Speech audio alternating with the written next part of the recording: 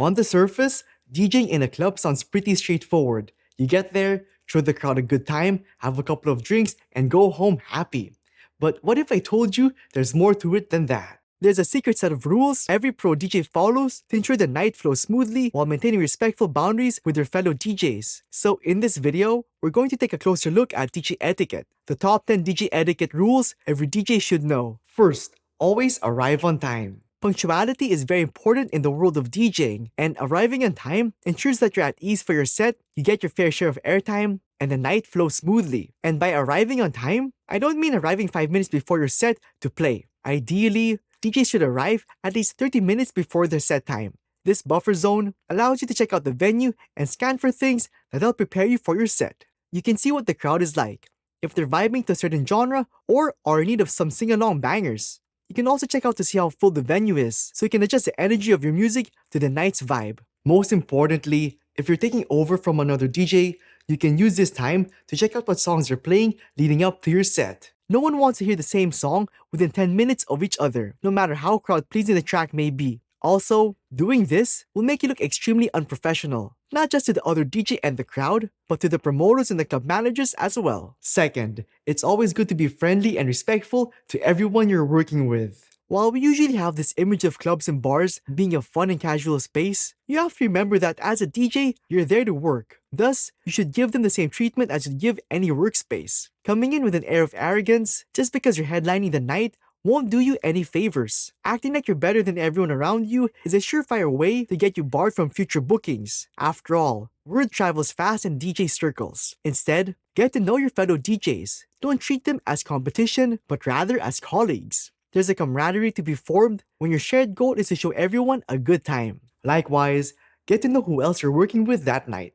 The bar and wait staff, the floor managers, and especially the promoters. There's a chance that if you do well with your set, word of mouth from your colleagues will help you get more bookings in different venues. Just like in any industry, kindness and camaraderie go a very long way. Third, always manage your equipment and make sure everything is prepared for your set. Now, we've all made this mistake. You show up to a venue, laptop or USB ready in hand, and you discover that the place doesn't have any equipment that's compatible with your gear, and you're left there scratching your head, trying to figure out how to save your set and your reputation.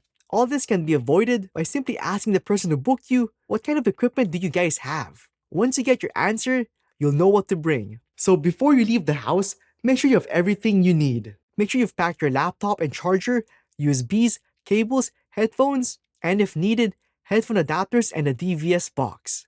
Likewise, if you prefer using certain gear, like your own controller over the club's native equipment, make sure to let management know ahead of time. This way, they can make the necessary arrangements to accommodate your needs. Unfortunately, many DJs tend to place their controllers on top of a venue's costly CDJs and DJM setups, and no manager wants to deal with the ensuing fallout from that. This way, you'll know as well if the venue can accommodate your preferences, or if you'll need to adjust. In addition to the usual items, make sure to also have extra copies of your cables. In case one of them doesn't work, at least you'll have spare cables to act as a backup. Having to beg for a copy of a certain cable will always leave a negative impression on your peers, so it's always advisable to be prepared. Fourth, avoid train spotting. Now, I don't mean watching trains for fun. Train spotting is the act of intentionally identifying tracks or remixes a DJ is playing by gazing at their CDJs or laptop screen. While there's nothing wrong with asking a peer for a track's ID, it's often regarded as highly intrusive and somewhat rude to hover around the DJ's booth to identify a song. Asking for the song during a mix is seen as equally irritating, given all that's happening while the DJ is working a set. Instead, try listing the song down and asking for it later on. This gives your peer the discretion to share the track or not.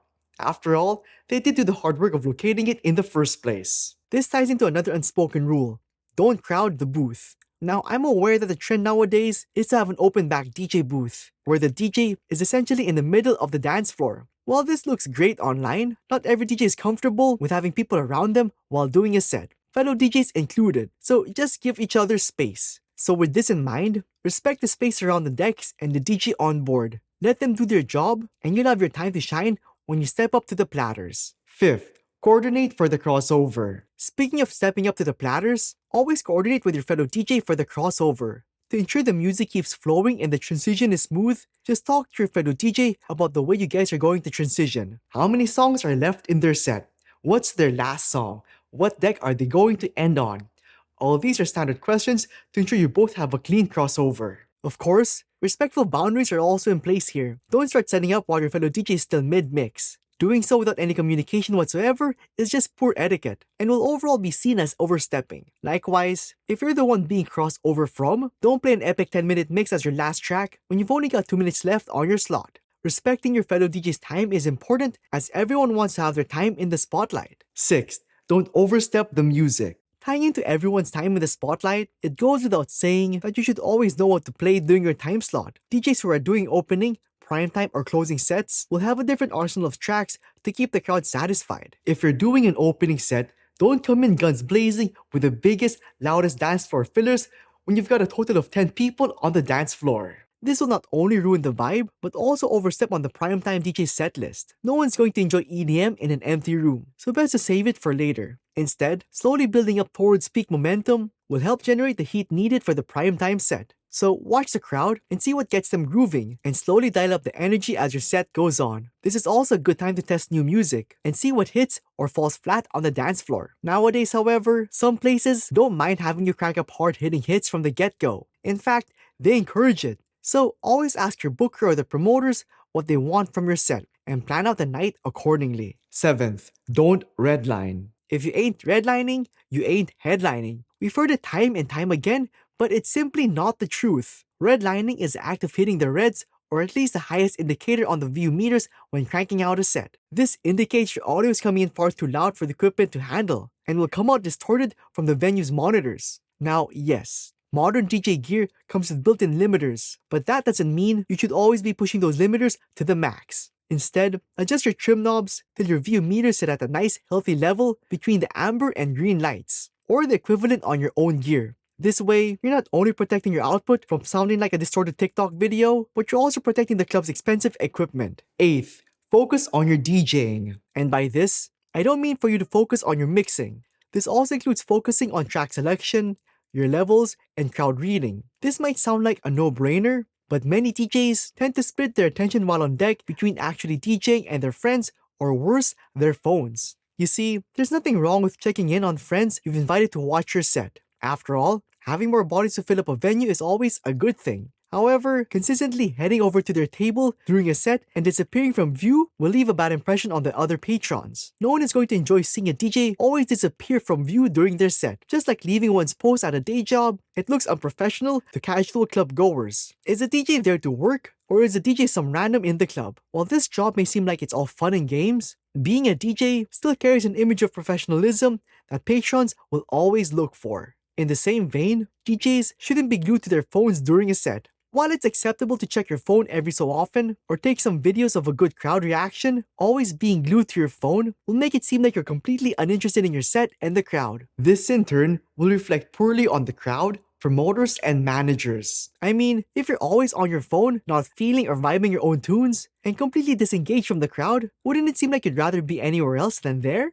So instead, focus on the moment, enjoy your set, the crowd, and the night. Everything else can wait. Ninth, avoid mixture sabotage. Okay, this doesn't mean rendering the mixture unusable to the next DJ. That's a great way to get completely blacklisted from the industry. Rather, I'm referring to the act of leaving the knobs, faders, and other components of the mixer all over the place when you hand it over to the next DJ. As an act of kindness and camaraderie to the next DJ, don't forget to reset your EQs, effects, faders, and other components to the default setting or 0 setting. This ensures your crossover happens flawlessly without any potential risks. You'd be surprised at the number of crossfader mishaps I've seen because the previous DJ forgot to turn it on or off for the incoming one. While one can argue that it's the next DJ's duty to spot check all the settings, doing so on your own time will help create a smoother crossover experience for you both. Finally, and this one's big, don't get wasted. One of the biggest unspoken rules in the world of DJing is to not get blackout drunk, especially when you're on the decks. Even if you work in an environment where drinking alcohol is encouraged, you'll need to remember that you're still there to work. Therefore, you'll still need to retain an air of professionalism when it comes to DJing. While having a drink isn't necessarily a bad thing, having too much to the point where your performance is affected is definitely frowned upon. Having diminished agency over your body could lead to performance issues, such as poor song choices, messy transitions, or worse, letting a song run till the end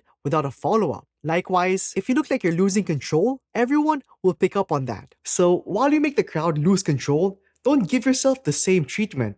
You're there to remain in control of the dance floor. And that is it. So overall, it's really about respect. Now, if you want to level up your DJ skills even further, check out this video next.